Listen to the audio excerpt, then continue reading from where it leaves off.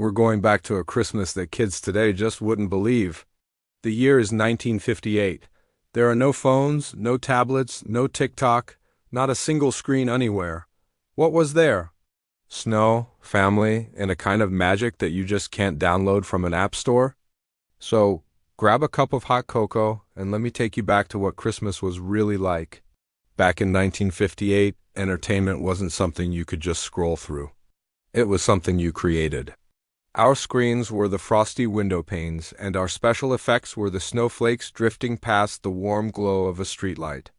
We spent hours, and I mean hours, outside in the biting cold. We'd go sledding down these incredibly steep, icy hills, feeling that rush of wind on our faces. We'd build snowmen that were always a little crooked, with a carrot nose and coal for eyes, and we didn't just like it, we absolutely loved it. The idea of choosing to be cold and wet for fun? I think that's something kids today would have a hard time wrapping their heads around. Our imaginations were our greatest toys. And let's talk about the Christmas lights. Forget these modern, perfectly synced LED light shows that you program with an app. In 1958, putting up the Christmas lights was a major family event, a real production. The bulbs were huge, clunky, and wonderfully colorful. They had this warm, almost buttery glow that you just don't see anymore.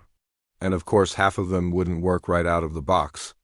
I can still hear my dad muttering under his breath, testing each bulb one by one, trying to find that one single culprit that was ruining the entire string. It was frustrating, it was cold, but when he finally plugged them in and that string of lights flickered to life, it was pure magic.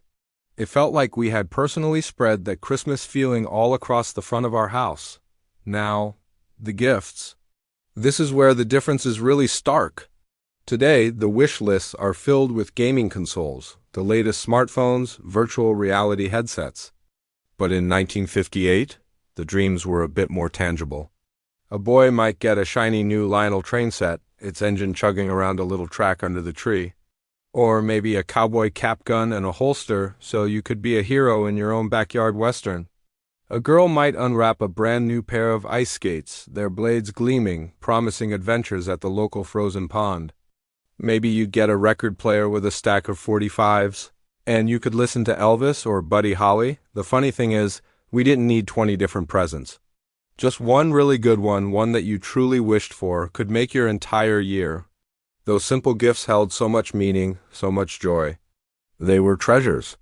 And oh, the smells. The Christmas season in 1958 was an assault on the senses in the best possible way. You didn't order holiday meals from a caterer or buy pre-made desserts. You made them. The kitchen was the heart and soul of the house, the warmest place to be.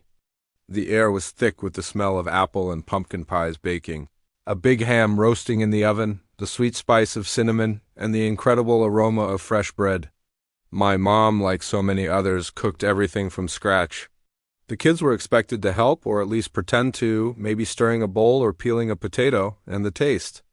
Kids today, who are used to food made quickly by machines, will never know the profound flavor of food made with time, with love, and with generations of tradition baked right in.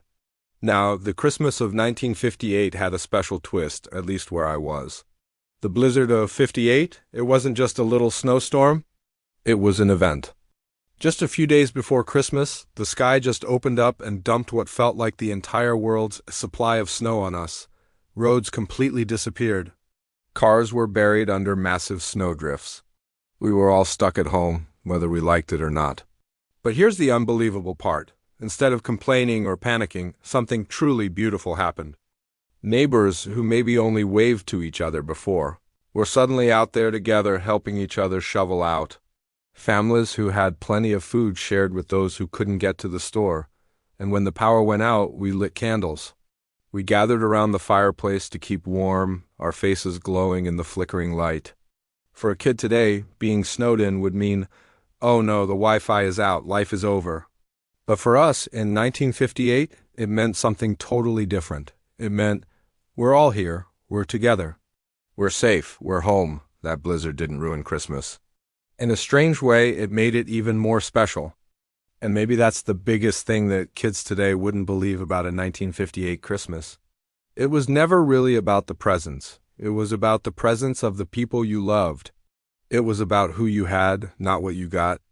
We'd gather around the tree, not to stare at our phones, but to actually sing carols, often off-key, but always with our whole hearts. We played board games on the floor, we told stories, we laughed. Sometimes we'd just sit in complete, comfortable silence, watching the snow fall outside, with no rush to be anywhere else, no digital distractions, no stress. It was just family bundled together in warmth and love, with a feeling that for that one moment nothing else in the world really mattered. It was a simpler time for sure, but it was rich in ways we can only appreciate now. Thanks for taking this little trip back in time with me. If you enjoyed this glimpse into the past, make sure to hit that like button and subscribe for more stories. See you in the next one.